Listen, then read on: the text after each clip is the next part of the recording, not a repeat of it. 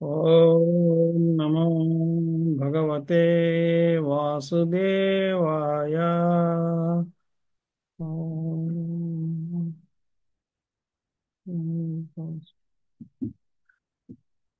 ఓం నమో భగవతే వాసుదేవాయ.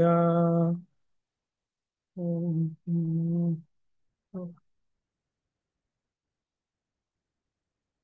ఓం నమో భగవతే వాసుదేవాయ. ఓం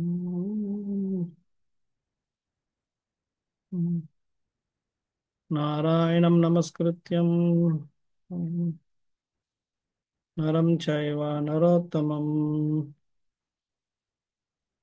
దేవీం సరస్వతిం వ్యాసం తతో జయముదీరయే.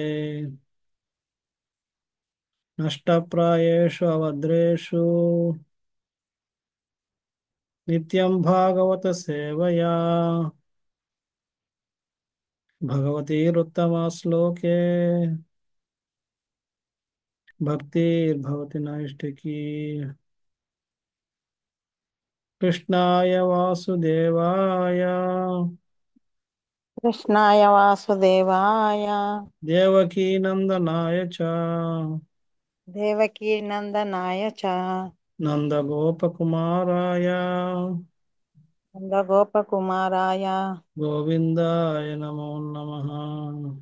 గోవిందాయ నమో నమః.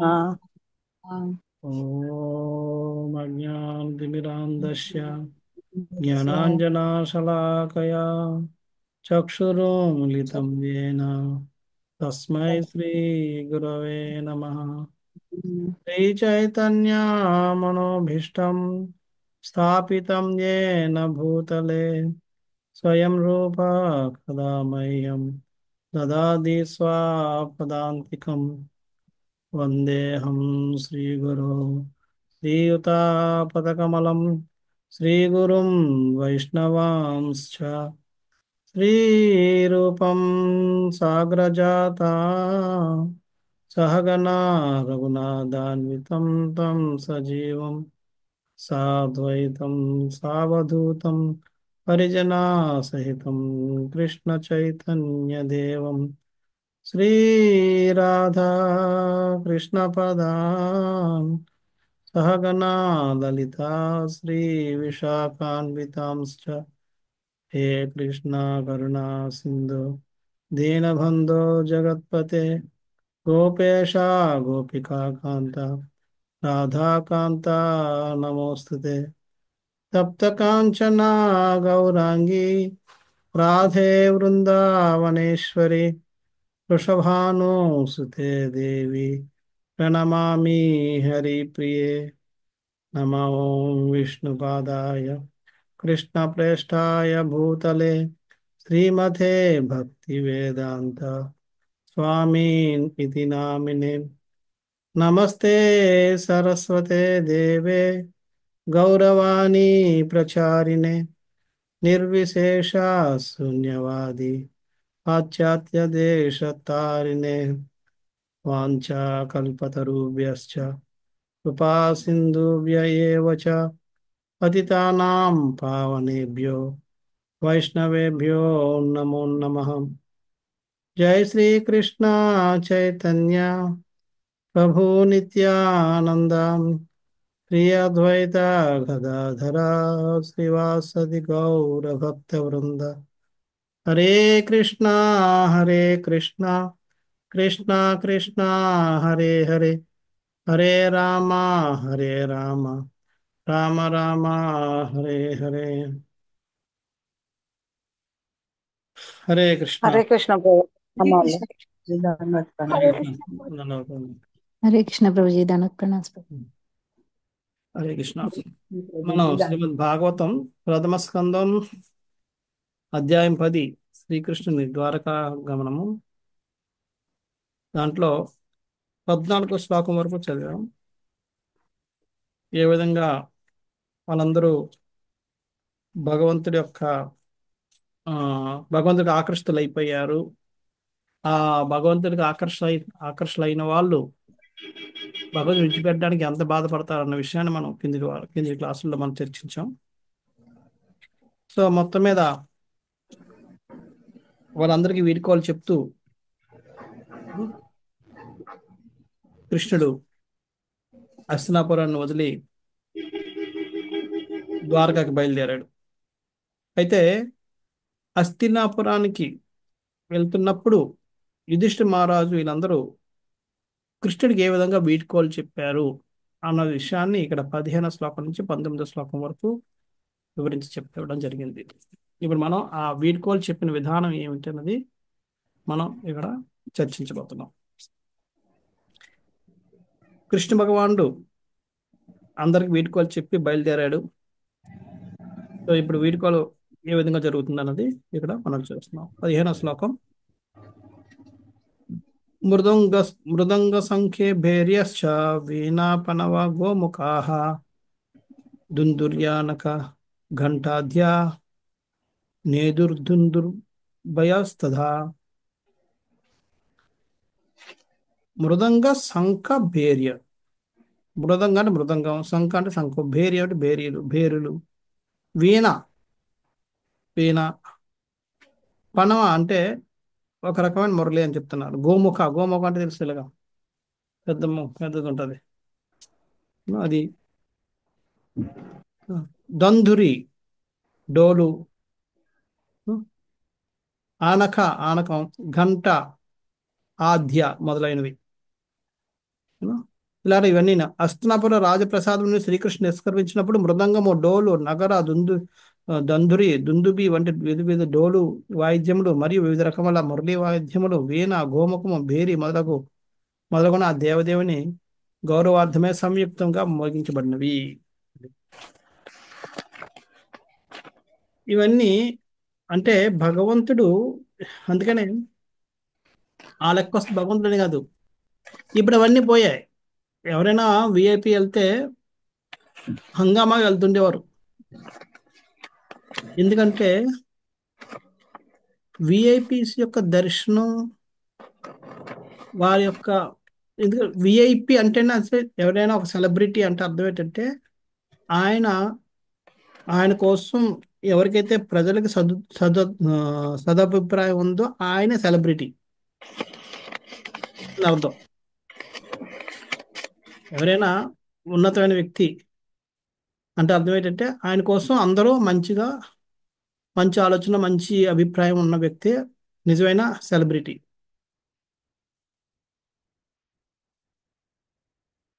అంచేత అటువంటి వ్యక్తికి వస్తున్నప్పుడు తెలుసుకున్నప్పుడు చాలా మంది ఎందుకంటే వారి యొక్క కృతజ్ఞత భావం వ్యక్తపరిచే అవకాశం దొరకదు.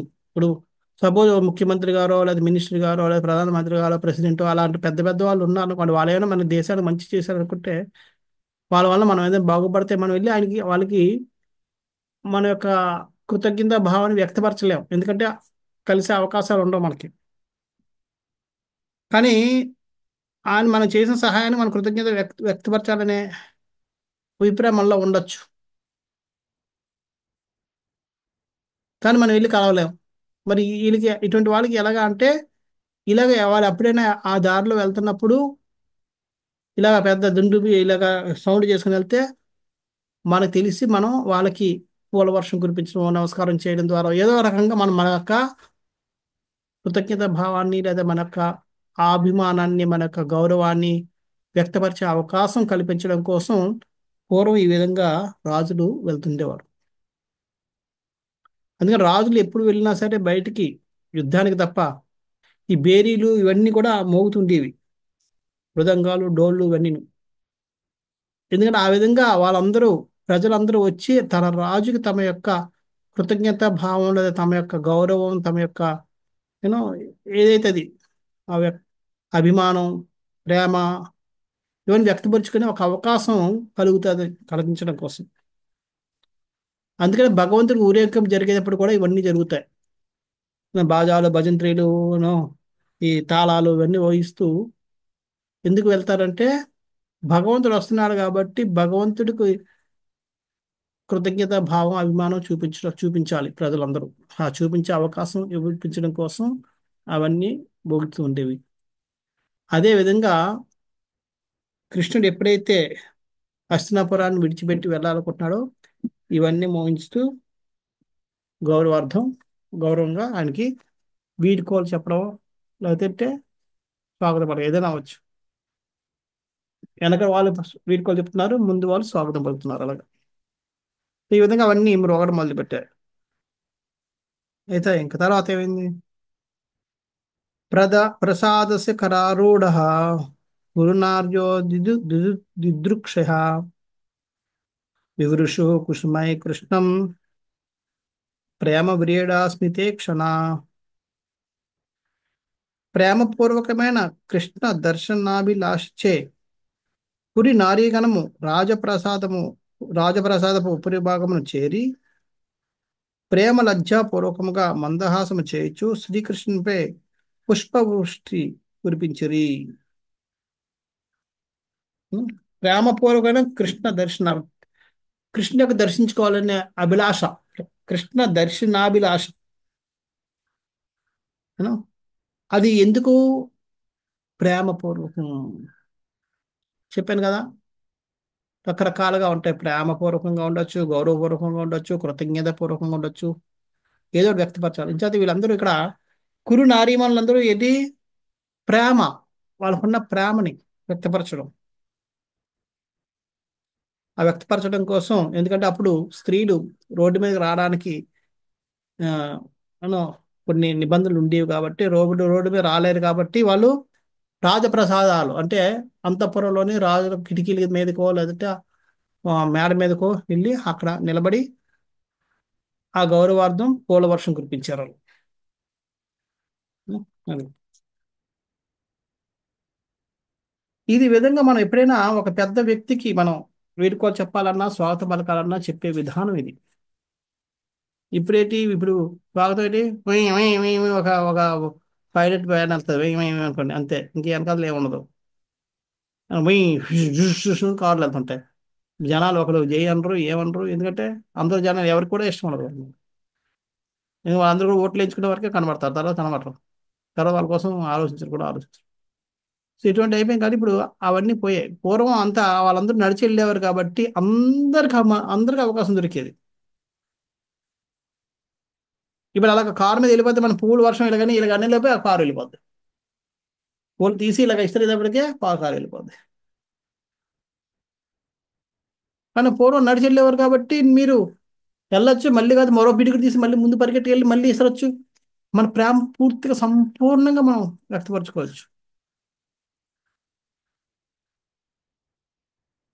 ఇప్పుడు ఆ కిటికీలో ఉన్నాడు ఎవడో తెలియదు కారులో, ఎందుకంటే ఇప్పుడు అన్ని బుల్లెట్ ప్రూఫ్ కార్లు, ఆ కార్లకి మొత్తం అద్దాలు కూడా అన్ని బ్లూ గురించి బయట కనబడవు, లోపల ఎవడన్నా కనబడ్డు, లోపల బయట కనబడ్డు, ఇలాగ రకరకాల అంచేత ఆ సీఎం కారో లేదా పిఎం కారో లేదా ప్యూన్ కారో తెలియదు, ఏ కారులో సీఎం ఉన్నాడో తెలియదు, ఏ కారులో మినిస్టర్ ఉన్నాడో తెలియదు, ఏ కారులో మనం గౌరవించాలనుకున్న ఆ వ్యక్తి ఉన్నాడో తెలియదు. అలాంటి పరిస్థితిలో ఉన్నాం.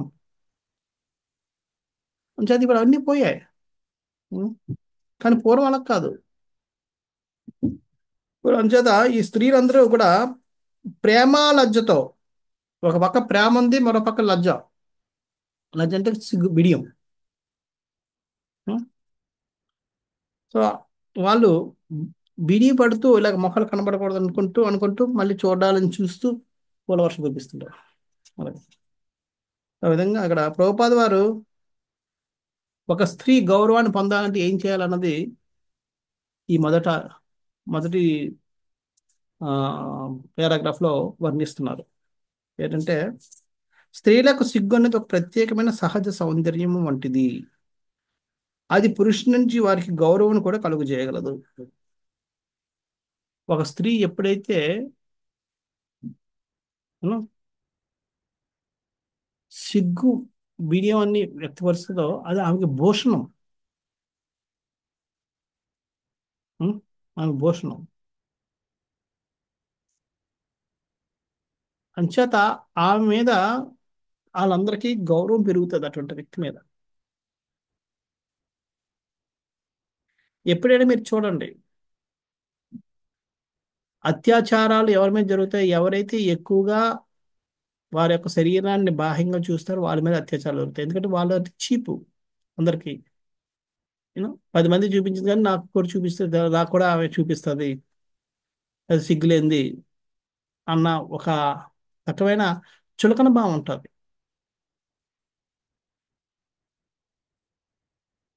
ఎవరైతే స్ట్రిక్ట్ గా అన్ని బిడి ఉంటారో అమ్మ వద్దురా, ఇది చాలా ఇది, మనం ఇటువంటి వాళ్ళు అనకూడదు. మగవాళ్ళు కూడా భయపడతారు, తెలియకుండా గౌరవం కలుగుతుంది. స్త్రీ ఎంత బిడియంగా ఉంటే వాళ్ళకి అంత గౌరవం సమాజంలో దొరుకుతుంది. హా, పేరు ప్రఖ్యాతులు రావు. పేరు ప్రఖ్యాతులు ఎందుకు వస్తున్నాయంటే ఆమె మీద అభిమానం కొద్ది కాదు, ఆమె ఎక్కువగా బాడీ చూపిస్తుంది కాబట్టి ఆ ఆ చూసుకోవడానికి అవకాశం దొరుకుతుంది అన్న ఉద్దేశం మీద తప్ప నిజంగా ఆమె గౌరవం కొద్ది కాదు.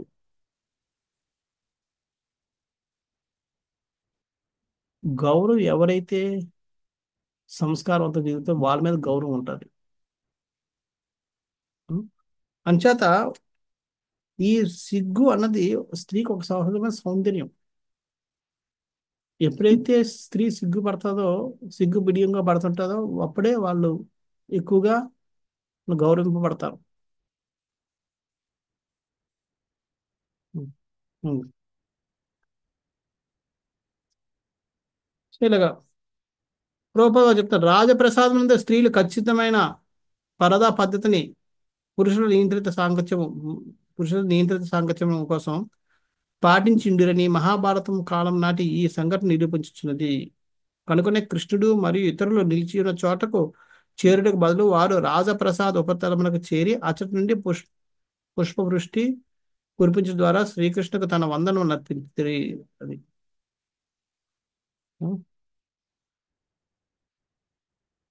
అంచేత అక్కడ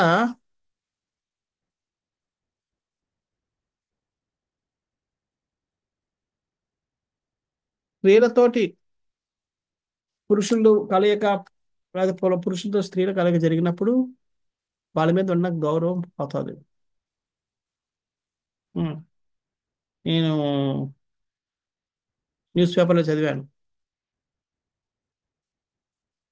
ఆ, ఈ సంవత్సరం 2024 స్టార్టింగ్ న్యూ ఇయర్ రోజు రాత్రి, అంటే 31st నైట్, లేడీస్ జెంట్స్ అందరూ ఏదో రోడ్ల మీద ఏదో డాన్స్ వేసుకుంటుంటే తర్వాత ఏమైంది, కొంతమంది లేడీస్ మీద మా జెంట్స్ అందరూ పడి వాళ్ళని నాశనం గందరగోళం చేశారట. ఇంకా చెవి పట్టుకొని లాగే ఏవో గందరగోళం చేశారు. ఎందుకు చేశారు? ఆ స్త్రీ లే ఆ ఎవరైతే చేస్తుంటారో వాళ్ళు ఆడవాళ్ళతో సమానంగా మగవాళ్ళతో సమానంగా డాన్స్ వేయడం, ఎగరడం వల్ల ఆ చేతులు వేశారు. అక్కడ ఉన్న వాళ్ళు చాలా మంది ఉంటారు కానీ అందరి మీద వేయలేదే. కొంతమంది వేసి ఉంటారంటే వాళ్ళల్లో వాళ్ళు అది ఎప్పుడైతే అంచేత స్త్రీకి ఆ గౌరవం అన్నది ఎప్పుడైతే వాళ్ళు నియంత్రణగా ఉంటారో వాళ్ళ మీద చేయడానికి చాలా కష్టం, చాలా ఆలోచిస్తారు మగవాళ్ళు. అంచేత స్త్రీకి బిడియం అనేది ఒక రక్షణ కవచం, యాక్చువల్గా ఒక విధంగా చెప్పుకుంటే. వాళ్ళు ఎంత ఓపెన్ గా తిరుగుతుంటారో వాళ్ళ రక్షణ అంతా పోతూ ఉంటుంది. ఇంకా ప్రతి ఒక్కరు కూడా ఆమెను ఏదో విధంగా టచ్ చేయాలనో, ఏదో విధంగా పట్టుకోవాలనో, ఏదో విధంగా చేయాలని ఆలోచిస్తూ ఉంటారు.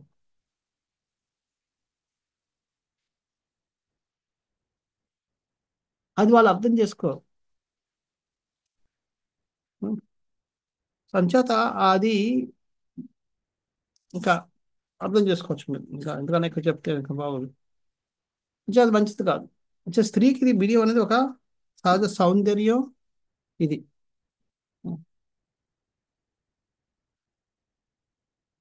ప్రభుపాద చెప్తున్నారు, రాజప్రసాద్ ఉపరితల భాగమున ఆ స్త్రీలు లజ్జాపూర్వకము మందహాసం చేయుచుండరని ఇచ్చట స్పష్టంగా తెలుపబడినది. అట్టి సిగ్గు స్త్రీలకు ప్రకృతి వరం వంటిది.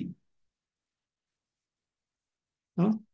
ప్రభుపాద చెప్తున్నారు, హీన వంశం చెందిన వారైనను లేదా ఆకర్షణీయముగా లేకున్నను అట్టి సిగ్గు స్త్రీల అందమును గౌరవమును ఇనుమడింపజేయును. చూసారా, ఒక స్త్రీ అందంగా ఉండట్లేదు కానీ ఆమె యొక్క సంస్కారం వల్ల ఆమె చాలా ఆకర్షితురాలైపోతుంది. ఆకర్షితురాలైపోతుంది.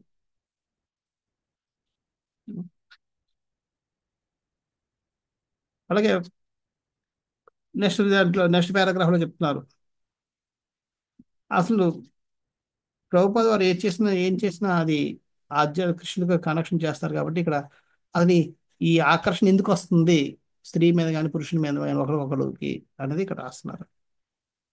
భారతదేశం మహామునులు భావించిన రీతి మాయాబంధం నుండి బయటపడుటకు మనుషునికి తోడ్పడుటే మానవ నాగరికత యొక్క ముఖ్య ఉద్దేశము. మానవులకి నాగరికత అనేది ఉంటుంది, జంతువులకు నాగరికత ఉండదు.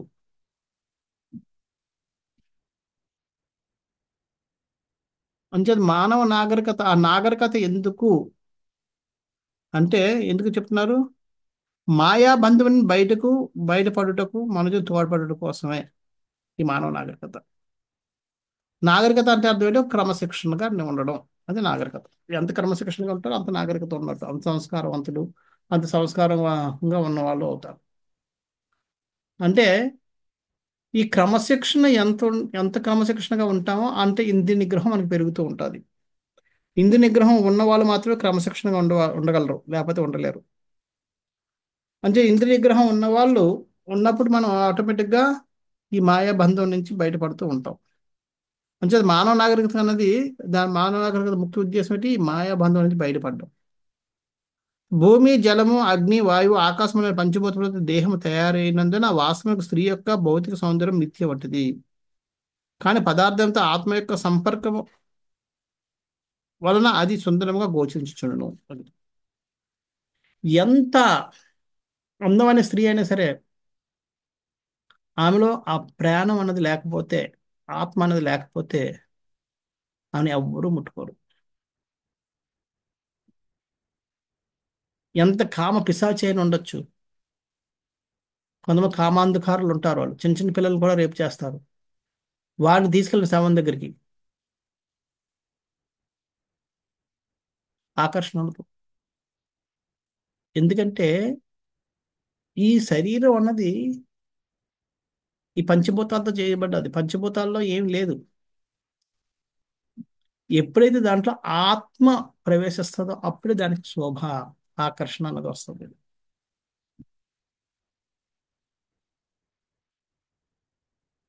అంచేత ఈ ఆకర్షణ, ఆత్మ వస్తే ఆకర్షణ ఎందుకు వస్తుంది అంటే ఆత్మ పరమాత్మ యొక్క అంశం కాబట్టి. అంచేత పరమాత్మ సర్వ సౌందర్యవంతుడు కాబట్టి ఆ పరమాత్మ యొక్క అంశంగా మనలో కూడా చిన్న ఆకర్షణ అనేది ఉంది. దానివల్లనే ఆత్మ ఉన్నప్పుడు ఆ శరీరం ఆకర్షణీయంగా కనబడుతూ ఉంటుంది. ఆత్మ లేకపోతే ఆ శరీరపు ఆకర్షణ అనేది ఉండదు. అందుకే ఎంత సౌందర్యవంతురాలైనప్పటికీ ఆత్మ పోయిన తర్వాత శవాన్ని తీసుకెళ్తే ఎవరు కూడా ముట్టుకోరు. ఎంత మనం పిచ్చిగా బంధాలు పెంచుకున్నా సరే ఒక్కసారి ఆత్మ వెళ్ళిపోతే ఆ బంధాలన్నీ తెగిపోతాయి, ఆ ప్రేమమానన్నీ పోతాయి. మనం ఉంచుకోం ఆ శరీరాన్ని, డబ్బులు ఇచ్చి మరీ బయట పంపించేస్తాం. అంచేత ఇవన్నిటికీ ఆ ఆత్మే కారణం. అంచేత ఈ దేహానికి సౌందర్యం అనేది మిథ్య. కానీ ఎప్పుడైతే ఆ ఆత్మ సంపర్కం వస్తుందో అప్పుడే ఈ సౌందర్యం అనేది గోచరిస్తుంది. ఇతరుల ధ్యాసను ఆకర్షించిన రీతిలో ఎంత చక్కగా తయారు చేయబడినో మట్టి బొమ్మచే ఎవరునూ ఆకర్షితులు కాబోరు. మృతదేహం సౌందర్యరహితమైనది కనుకనే సుందర స్త్రీ మృతదేహం సైతం ఎవరు అంగీకరింపరు. కనుక సారాంశం ఏమనగా సుందరమైనది ఆత్మ ఒక్కటే. ఆత్మ యొక్క సౌందర్యం చేతనే బాహ్యమగు దేహ సౌందర్యం ఇచ్చే మనుషుడు ఆకర్షితుడుతున్నాడు. ఇది మనం చెప్పుకున్నట్టుగా కర్ర బొమ్మ ఎంత అందంగా చేసినా సరే మనం దాన్ని పెద్ద పట్టించుకోం. ఇప్పుడు మనకి ఎక్కడ షాపుల దగ్గర బొమ్మలు పెడుతుంటారు, డ్రెస్సులు వేసి ఇలాగా, మనం అట్లా ముద్దులాడాలనిపించదు. అలాగే ఎంత అందవికారంగా ఉన్నా సరే ఒక స్త్రీ ఏమైనా ఇలాగా కొద్ది పోజ్ ఇచ్చిందంటే మనం పిచ్చెక్కిపోతారు. ఎందుకంటే అది దాంట్లో ఆ ఆకర్షణ ఉంది, ఆ ఆత్మ ఉండడం. సో ఆ విధంగా అక్కడ ఈ ఆత్మ వల్లే ఈ సౌందర్యం అనేది దేహానికి కానీ లేదంటే మనకు కానీ ఆకర్షణ అనేది ఏర్పడుతుంది. కానీ మనం అందరము అజ్ఞానాంధకారమున నిలిచినున్న అతి నియంత్రితమైన స్త్రీ పురుషుల కలయికనే వేద నాగరికత అనుమతించినది. స్త్రీ అగ్నితో పోల్చబడగా పురుషుడు వెన్నతో సమానమని పెద్దలు పలుకుచుందరు. అగ్ని సహచర్యమైన వెన్న కరుగును కనుక అవసరమైనప్పుడే వారిరువురిని ఒక చోటకు చేర్చవచ్చును. సిగ్గు అనేది వారి విచ్చలవిడి కలయికకు ఒక విరోధము నిరోధము వంటిది. అట్టిది ప్రకృతి వరదానం తప్పగా ఉపయోగించవలను. ఎలాగా ఒక స్త్రీ పురుషుల్ని నియంత్రిత నియంత్రిత సంపర్కమే వేదాలు అంటే స్త్రీ పురుషుని కలవద్దని చెప్పలేదు, కానీ ఒక నియంత్రణ నియంత్రణ ప్రకారం కలవడం అంతే తప్ప ఇష్టానుసారం విచ్చలవిడిగా తిరగడానికి వేదిక నాగరికత అంగీకరించదు. దీనికి ఏం చెప్తారంటే స్త్రీ అగ్ని వంటిది, పురుషుడు వెన్న వంటవాడు. వెన్నను మనం గడ్డ కట్టించవచ్చు, లేదంటే ఈ ఫ్రిడ్జ్లో పెట్టి ఫ్రిడ్జ్ పెట్టి ఐస్లా కట్టించవచ్చు. కానీ ఆ దాన్ని మనం నిప్పులో వేస్తే ఏమవుద్ది? ఆ ఐస్ కట్టిన వెన్న కూడా నెమ్మదిగా కరిగిపోయి అది నాశనం అయిపోతుంది. ఈ మంట తలక ఇది విచ్చలవిడితనం ఇంకా పెంచేస్తుంది. అంతేచేత స్త్రీ పురుషుల కలయిక వల్ల ఏమవుద్ది? స్త్రీ యొక్క విచ్చలవిడితనం పెరిగిపోద్ది, పురుషుని యొక్క సంస్కారం నాశనం అయిపోద్ది. ఈ విధంగా సంసారం అతలాకుతలం అయిపోద్ది. సమాజానికి ఈ రెండు పనికిరానివి.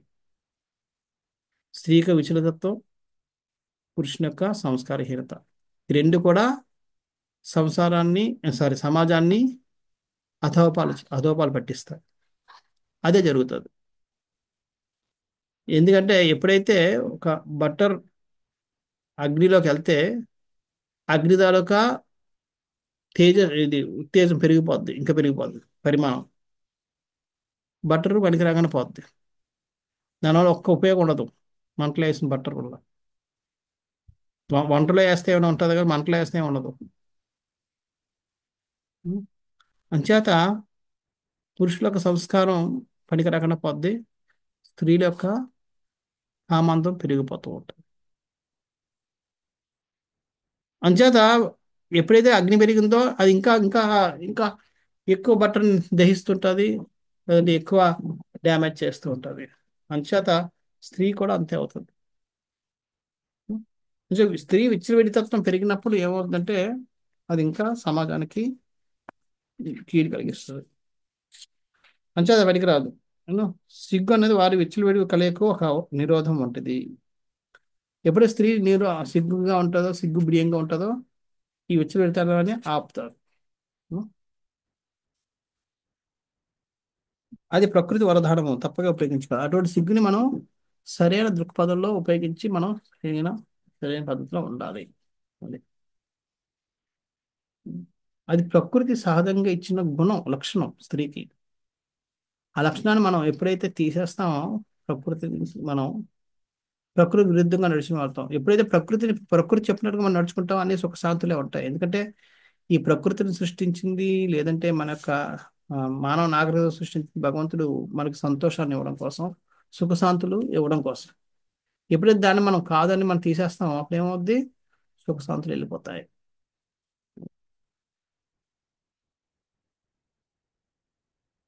నెక్స్ట్ సితాతపత్రం జగ్రాహ ముక్తాధామ విభూషితం రత్నదండం గుడాకేశ ప్రియ ప్రియతమస్య.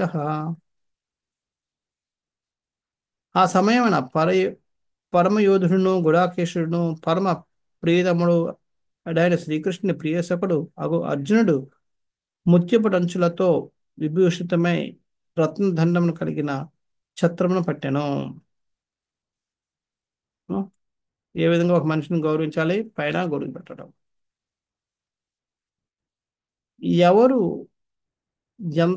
ఎవరు పట్టుకుంటారు? ఎవరైతే వాళ్ళ ప్రియులో వాళ్ళు పట్టుకుంటారు. ఇక్కడ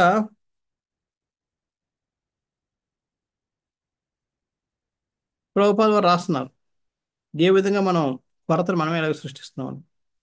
అవసరముల పేరిట మానవుడు అవసరమైన వాటిని ఉత్పత్తి చేయుటలో కాలమును అనవసరమైన వాటిని ఉత్పత్తి చేయుటలో కాలమును వృధా చేయనప్పుడు ప్రకృతి వరములైనట్టి అవన్నీను భగవద్జ్ఞచే పర్వతములు సముద్రములు మొదలగు వానిచే ఉత్పత్తి చేయబడును.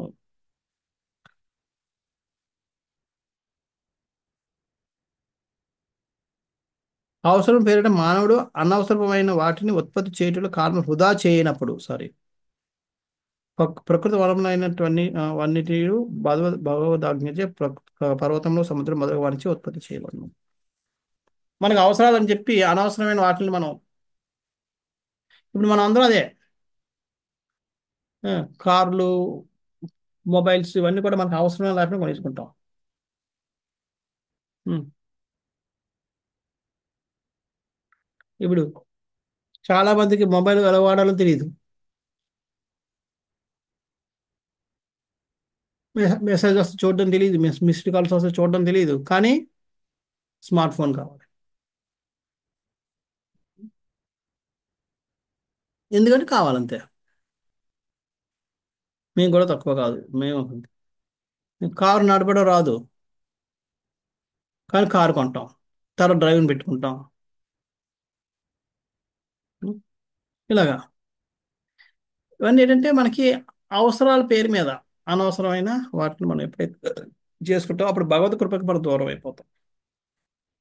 అందుకని ప్రభుపాద రాస్తున్నాం అవసరాల పేరు మీద వాటిని మనం మనం ఉత్పత్తి చేయడం కోసం సమయాన్ని మనం వృధా చేయకపోతే భగవంతుడు మనకి కావాల్సిన అవసరాలని తనకు తానుగానే సమకూరుస్తాడు.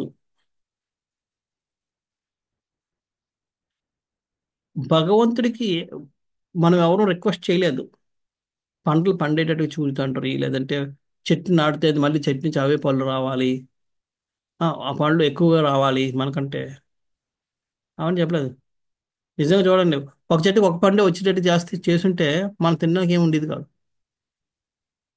లేకపోతే ఒక చెట్టుకు ఒక పండు వచ్చిన తర్వాత వెంటనే ఈ మొదటి చెట్టు చచ్చిపోద్ది అనుకుంటే మనం ఒకటి కూడా తిని ఉండేవాళ్ళం కాదు. భగవంతుడు మనకి ఇచ్చాడు, ఒక విత్తనం నాటితే 100 విత్తనాలు రావాలి. అందులో ఒక విత్తనం, 2 విత్తనాలు మనం ఉంచుకొని మిగతా 92 మనం మనం ఉపయోగించుకోవచ్చు. భగవంతుడు స్వతహాగా మనకి ఇచ్చింది అది.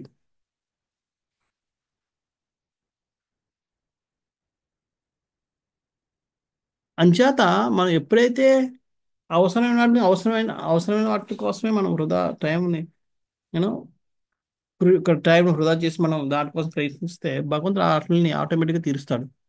కానీ మనం ఈ రోజుల్లో ఏం చేస్తున్నాం, అవసరాల పేరు మీద అనవసరమైన కొనుక్కుంటున్నాం. చాలా మంది మొబైల్స్ అవసరం ఉండదు, టీవీలు అవసరం ఉండదు, లేదంటే కార్లు అవసరం ఉండదు, కొనుక్కుంటుంటాం. అలాగా అవసరాల పేరు మీద అనవసరమైన కొనుక్కోవడం వల్ల వాటిని కొనుక్కోవడానికి లేకపోతే వాటిని మెయింటైన్ చేయడానికి మనం ఎప్పుడైతే వృధా చేస్తూ ఉంటామో భగవంతుడు కూడా మనకి ఎటువంటి సహకారాన్ని చేయడు. ఎప్పుడైతే మనం అవసరమైన వాటి కోసం మనం ఎప్పుడైతే మనం ఇది చేస్తుంటామో భగవంతుడు వాటిని మనకి సమకూరుస్తూ ఉంటాడు. ఉం. ఉం. ఇక్కడ ఎందుకు ఇది చెప్తున్నారంటే ప్రభుపాద చెప్తున్నారు, అప్పట్లో ఈ ముత్యపు అంచులతో విభూషితమైన దండం మొత్తం రత్నాలతో ఉంది. ఏ, ఆ గొడుగు అంతా సిల్క్ది, దానికి ముత్యాలతోటి అంచులతో కుట్టిపడ్డది. ఇటువంటి ఆ గొడుగుని ఆయన పట్టుకున్నాడు.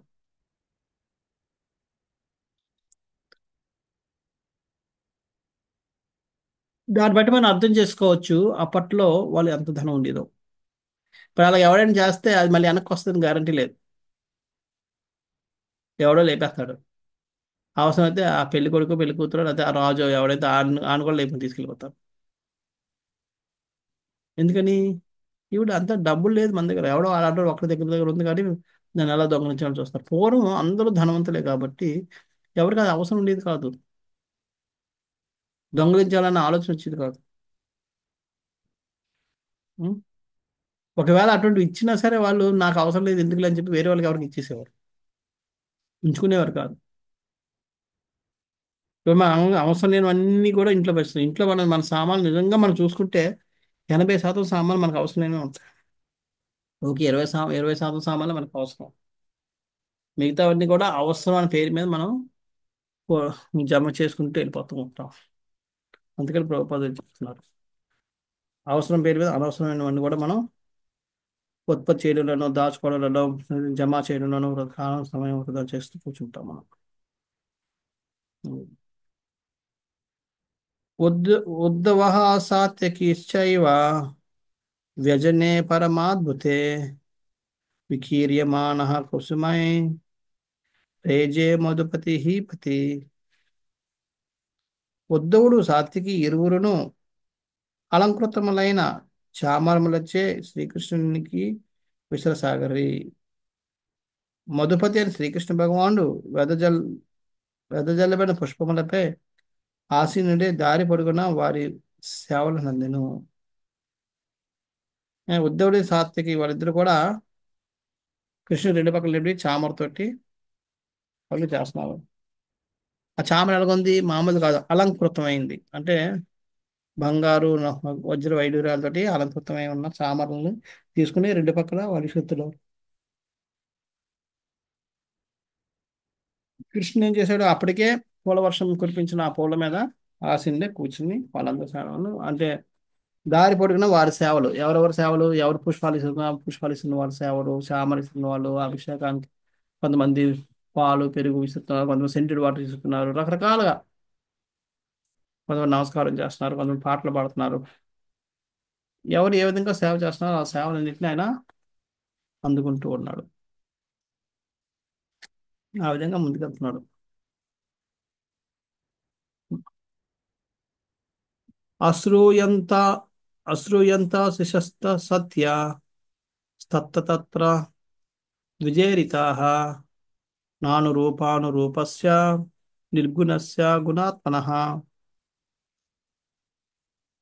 ప్రస్తుతము మానవునిగా పాత్ర పోషణము చేయుచున్న పరమ పురుషునికే వసగబడుచున్న వసగబడుచున్నందున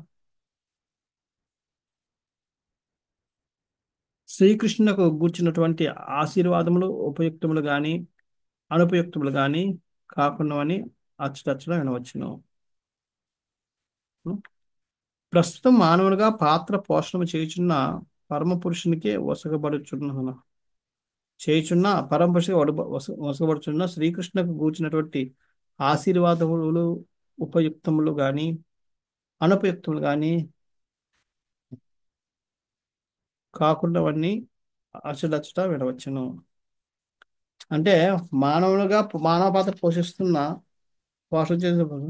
శ్రీకృష్ణుకి ఇవన్నీ అంటే ఇటువంటి వింజామర చేయడం, చామర ఛత్రి పట్టడం, పూల వర్షం కురిపించడం అన్నీ జరుగుతున్నాయి కాబట్టి ఇందులో ఉపయుక్తం అపయుక్తం అన్నవంటూ ఉండవు. అంతా శుభకార్యం, అనుచితం అననుచితం అన్నది ఉండదు, అన్నీ మంచిగా.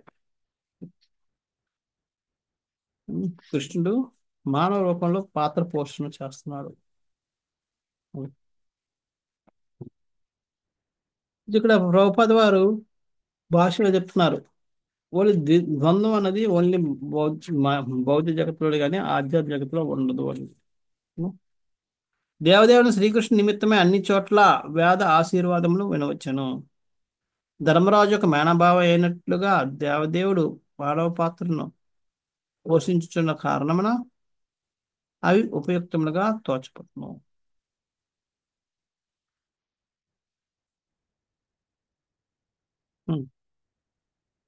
ఉపయుక్తాలు చూడడం అంటే మంచి పనికొచ్చేవని చెప్పి. శ్రీకృష్ణుడు వెళ్తున్నాడు కాబట్టి ఆయన ఆశీర్వాదం కోసం మంత్రోచ్చారణ ఇవన్నీ జరుగుతున్నాయి కాబట్టి నేను అవన్నీ ఉపయుక్తం. కానీ వేరొక దృష్టిలో పరమ పురుషుడైన ఆ భగవానికి లౌకిక చుట్టరికములతో ఎటువంటి సంబంధం లేని కారణం అవి అనుపయుక్తములు అయి ఉన్నవి. ఇంకో విధంగా చూసుకుంటే భగవంతుడు మనం ఆశీర్వదించేదని చూసుకుంటే ఆ ఆశీర్వాదాలన్నీ పనికిరానివి, వాటి అవసరమే లేదు. అంతే కదా. భగవంతుడు మనం ఆశీర్వదించే అంత స్థాయి లేదు, అవసరం కూడా లేదు. అంచేత భగవంతుడి దృష్టిలో చూసుకుంటే అవి అనుపయోగాలు. అలా కాకుండా ధర్మరాజు పాండవులు వాళ్ళని బట్టి చూసుకుంటే అవి ఉపయోగాలు. ఎందుకంటే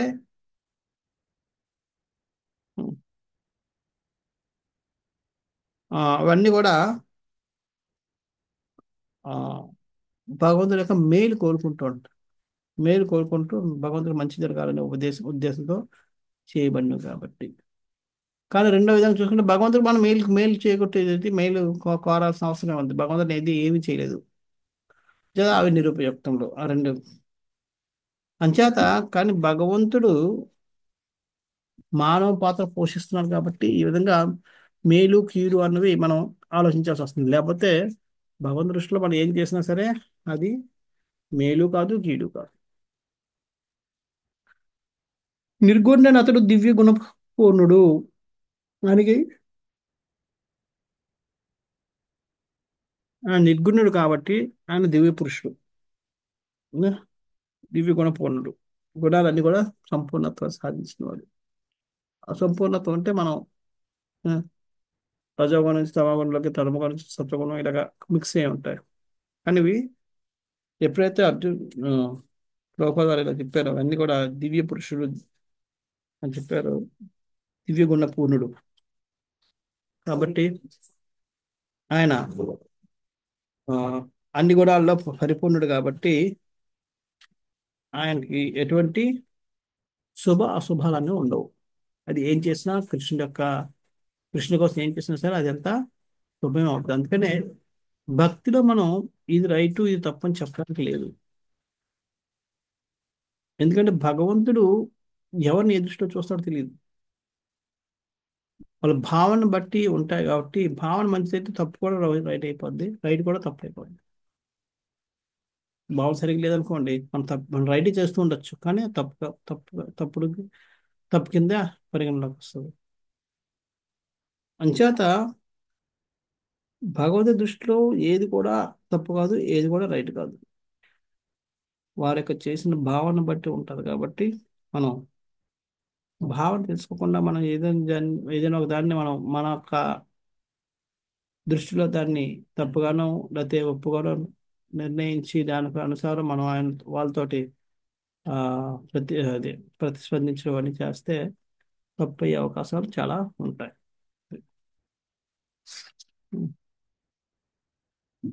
ఈ విధంగా ఇక్కడ ప్రభుపాద వారు ఈ ఇది ఏ విధంగా శ్రీకృష్ణ భగవాన్ యొక్క వీడ్కోలు మన ఎవరు యుధిష్ఠిర మహారాజ్ చెప్పారన్నది మనకి ఇక్కడ వివరించారు. ఇక్కడ మనకి ఆశీర్వాదం ఎవరు ఇందాక చెప్పుకున్నా కదా, కృష్ణుడికి మన కృష్ణుడి దృష్టిలో చూసుకుంటే అది యూనో సరైనది కాదు, సరైన పద్ధతి కాదు. అలా కాకుండా ఒక ఈయన యుధిష్ఠిర మహారాజు యొక్క భావమరిదిగా పరిగణలోకి తీసుకుంటే ఆశీర్వదించడం అన్నది ఇది. అంచేత ఇక్కడ మనకి ఆ ప్రకృతిలో అంటే భౌతిక జగత్తులో మనం దేనికోసం ఆలోచిస్తున్నాం దాన్ని బట్టి ఒక కార్యం రైట్ తప్పు అనేది నిర్ణయించబడుతుంది. కానీ ఆధ్య జగత్తులో అటువంటి కన్ఫ్యూజన్ ఉండదు, ఎప్పుడు కూడా అది ఒకటే ఉంటుంది. ఇప్పుడు ఈ స్త్రీలు హస్తినాపుర స్త్రీలందరూ ఏం డిస్కస్ చేసుకుంటున్నారు అన్నది మనం చూస్తాం. 20 శ్లోకం. అన్యోన్యమాసిత్ సంజల్పం ఉత్తమ శ్లోక చేతసాం పౌరవేంద్ర పునిస్త్రీణాం సర్వశ్రుతి మనోహర.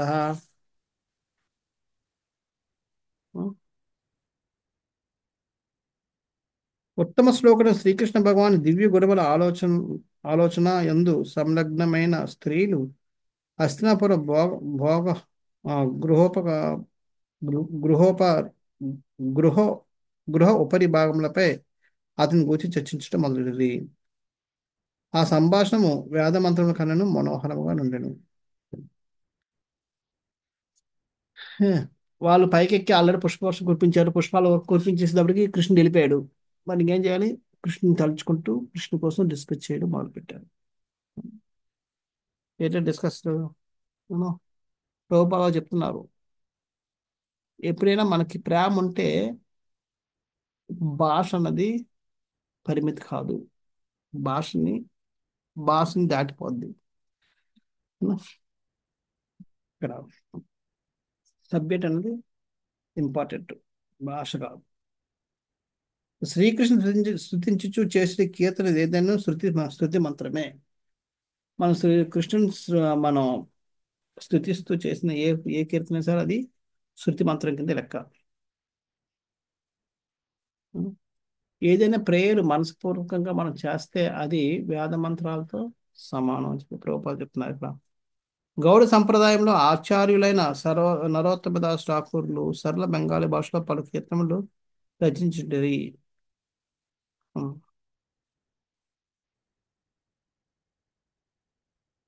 అదే సాంప్రదాయం వేరొక విద్వత్ పూర్ణ ఆచార్యులైన విశ్వనాథ చక్రవర్తులు నరోత్తమ దాసుల వారి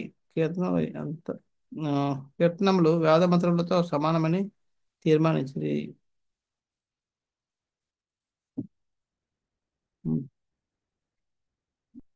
అదే సాంప్రదాయంలో వేరొక విద్వత్పూర్ణ ఆచార్య విశ్వనాథ చక్రవర్తులు నరోత్తమ దాసుల వారి కీర్తనలు వేద మంత్రంలో సమానమని నిర్ణయించారు. వాటి అందరి సంబంధిత విషయం కారణమని అది సత్యమై ఉన్నది. నరోత్తమ దాస్ ఠాకూర్ అన్న ఆయన పాటలు రాశారు. దాన్ని వేరే సాంప్రదాయ వాళ్ళందరూ కూడా ఎంతో ఉత్తమమైన కీర్తనలుగా వాటిని చెప్తూ ఉంటారు. ఎందుకని?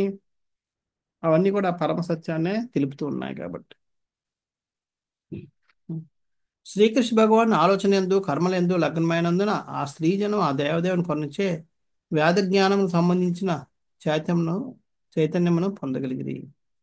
కనుకనే స్త్రీ సమాజము సంస్కృత భాషలో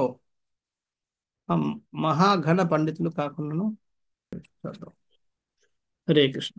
ఎవరికైనా ఏమైనా ప్రశ్నలు ఉన్నాయా? హరే కృష్ణ ప్రభుజీ. అహంకారానికి మిథ్య అహంకారం అనే దానికి తేడా ఉందా? పదం ఒకటేనా ప్రభుజీ? ఉంది. మిథ్య అంటే అర్థం ఏంటి? అంటే ఏమీ లేనిది అని. లేనిది ఉన్నదని కల్పించుకోవడం అంటే డూప్లికేట్, అంటే కపటం అని. మిథ్య అంటే కపటం అని. మిథ్య అహంకారం అంటే లేని అహంకారం, లేని దానికోసం మనం ఉన్నదనుకుని అహంకార పడుతున్నాం, అది మిథ్య అహంకారం. మనిషి యొక్క మిథ్య అహంకారం ఏంటి? నేనే భోక్తని అని అనుకోవడం. ఆ మిథ్య అహంకారం వల్ల మనం అందరం ఏం చేస్తున్నాం? భోగించడానికి ప్రయత్నిస్తున్నాం. అది మిథ్య అహంకారం. అలాగే ఎప్పుడైతే మన వస్తువులు కానీ లేక మన యొక్క అన్నిటినీ భగవంతుడికి మనం అర్పించి దానికోసం మనం గర్వపడతాం, అది నిజమైన అహంకారం. నేను కృష్ణ దాసుని, అది అహంకారం. అహంకారం అంటే నేను నాది గొప్ప లేదు, అది మిథ్య అహంకారం. నాకంటే గొప్పలు చాలా మంది ఉంటారు.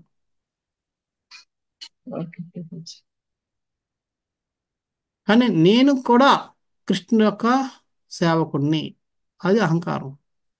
అది అది నిజమైన అహంకారం. మిథ్య అహంకారం అంటే నాలాంటి వాడు ఇంకొక లేడు, నేనే, అది మిథ్య అహంకారం. ప్రభుజీ ఇప్పుడు ఇలా చెప్పారు కదా, నేను కృష్ణదాసుని అన్న భావన కూడా ఉండకూడదా మనకి?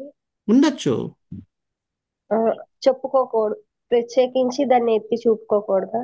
అంటే లేదండి నేను కృష్ణ భక్తునండి అని చెప్పుకోవడం తప్పు కాదు. నేను కూడా కృష్ణ భక్తునేనండి అంటే నేనే తక్కువ కదండి మీకంటే, అది మిథ్య అహంకారం. సరే ప్రభుజీ, థ్యాంక్ యూ. లేదా మా మందిరంలో నా అంత భక్తులు ఇంకెవరు లేరు, నా అలాగే ఎవరు పూజ చేయలేరు అంటారండి. ఇవన్నీ మిథ్య అహంకారం అనమాట. అదే అంటే నేనే గొప్ప అని చెప్పుకోవడం. నేను కూడా ఏదో భగవంతుడి దయ వల్ల భక్తుల దయ వల్ల నేను కూడా భక్తి చేస్తున్నానండి. ఏదో కాస్త కోస్త సేవ చేస్తున్నాను. నేను కూడా సేవ చేస్తానండి రోజు వెళ్ళి మందిరంకి. అది తప్పులేదు. నేనే సేవ చేస్తానండి. అది తప్పు. సరే ప్రభు, థ్యాంక్ యూ ప్రభు. హరి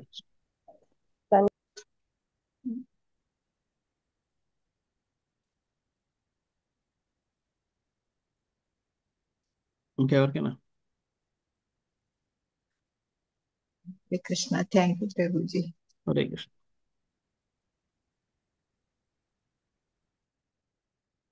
ఓ, ఎవరికి ఇక్కడ ప్రశ్నలు లేకపోతే